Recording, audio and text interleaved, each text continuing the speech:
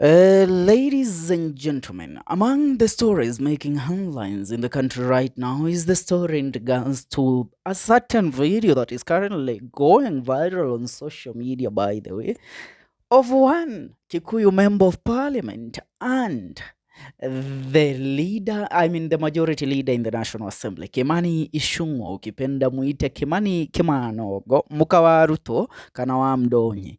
Yeah, alishakubali majina ni yake hivyo, so we gave the names to him. Now, as of today, Kimani Ichugwah was heckled in front of the Deputy President of the Republic of Kenya, Professor Abraham Kedore Kindiki. Now, let's get things straight.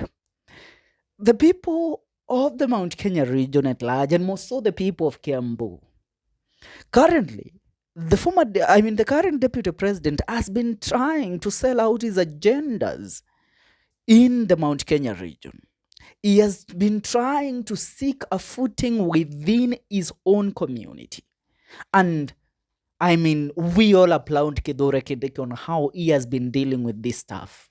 Yeah, trying to garner support, trying to make the president see the value of Kedore Kindiki as a deputy president. But as Kedore Kindiki is being received, something that the people of the Mount Kenya region have sworn that they will never do is that they will never forgive Kimani Ichugwah. How comes of all the people they could have heckled, Kimani Ichugwah was the one that was heckled? Now, putting aside these shenanigans that happened today, I shall take you back a month or two ago when the president held a 1-week tour in the Mount Kenya region.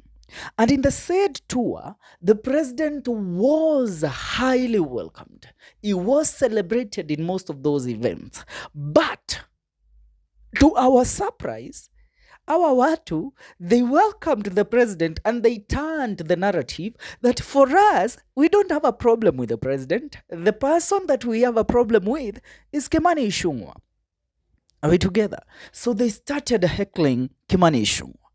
And that painted a picture which we all came to ask ourselves a question. Are the people of the Mount Kenya region, is there enmity with President William Ruto or is it with Kimani Ichugwah? Mtazamaji, ni swali ambalo linaendelea kukita mizizi haswa katika vichwa vya watu wengi ambao ni wakazi wa eneo la Mlima Kenya. Kwa sababu leo tena jambo hili limejirudia and it was very aggressively today. They rejected Kimani Ichugwah with chance of no. They even started singing one term.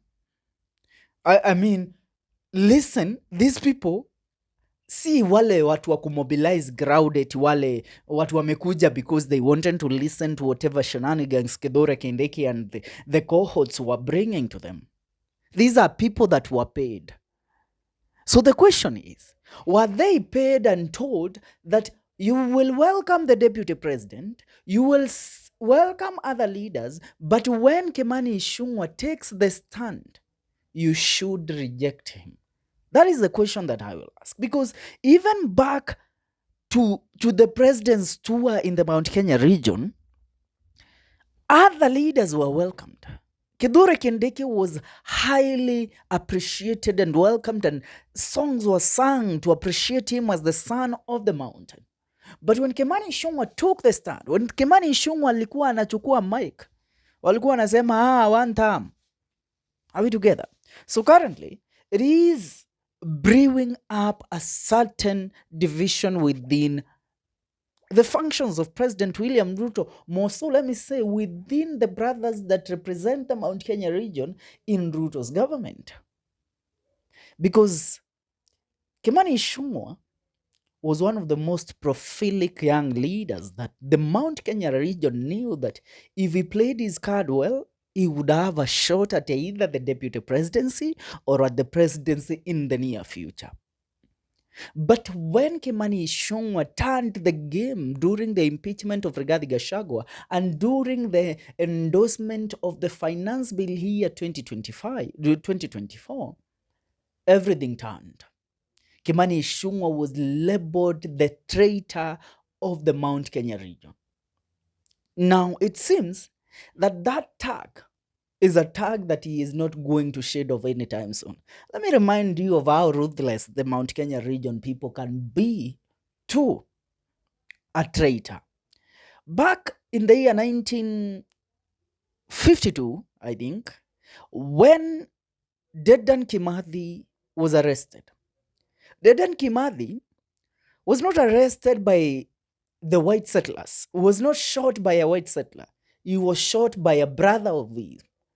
A fellow Kikuyu by the name of Dirango Mau. That is the man that shot Dedan Kimathi, leading to his capture and his execution. Are we together? Now, when this man shot Dedan Kimathi, he was rewarded by the British government. He was sung and painted as a hero by the British government for leading to the capture of the Mau Mau leader, Dedan Kimathi. But let me tell you what happened.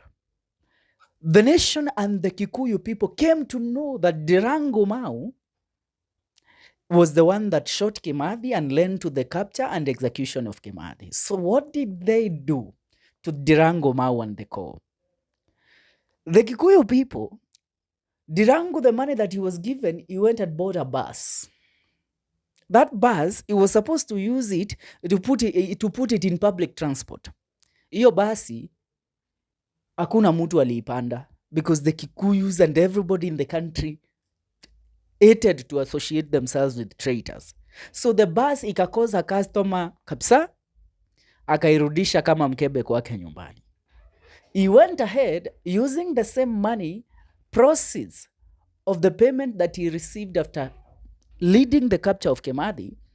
He took the money and opened a restaurant, thinking now ata invest in hotel. What happened is, the people walikuwa wanaenda kwa huo mlango wa hiyo hoteli usiku, wanaandika hapo kama tingo. Wengine wanapiga hiyo ukuta ya hoteli yake na mavi. You know, stoning, even breaking windows, due to the anger and frustration that they had of this guard who led to the capture of Kimathi and the execution of Kimathi. So that is how they will live to treat Kimani Ichugwah until he finds a better way to shed off the traitor's tag. I tell you, there is no community in this republic that knows how to deal with traitors more than the Kikuyu people. I shall remind you today, the former Deputy President Rigathi Gachagua spoke about traitors, and he referred to the Mount Kenya musicians that visited Deputy President Kindiki at his current home on Friday. Are we together? And he told his supporters and followers that they should deplatform the musicians. And those musicians included Akina Samido, Karangwa Muraya, Ben Githae, Garuya Jr., Martin Wajanet, DJ Fatso, and the rest. Now, those artists have had to take their time and apologize to the public on social media to shed off the tag that they betrayed Kenyans wakaenda kukula pesa ya Kithure Kindiki. I tell you, if there are people who knows how to deal with traitors, mnasemanga eti wengi kuna kabila zinajua kudeal na traitors, mnakosea. They have been dealing with them since time immemorial. Traitors walioshindwa kudeal na wao na wakati Kenyatta aliwanyang'anya mashamba na wakaenda kumuimbia.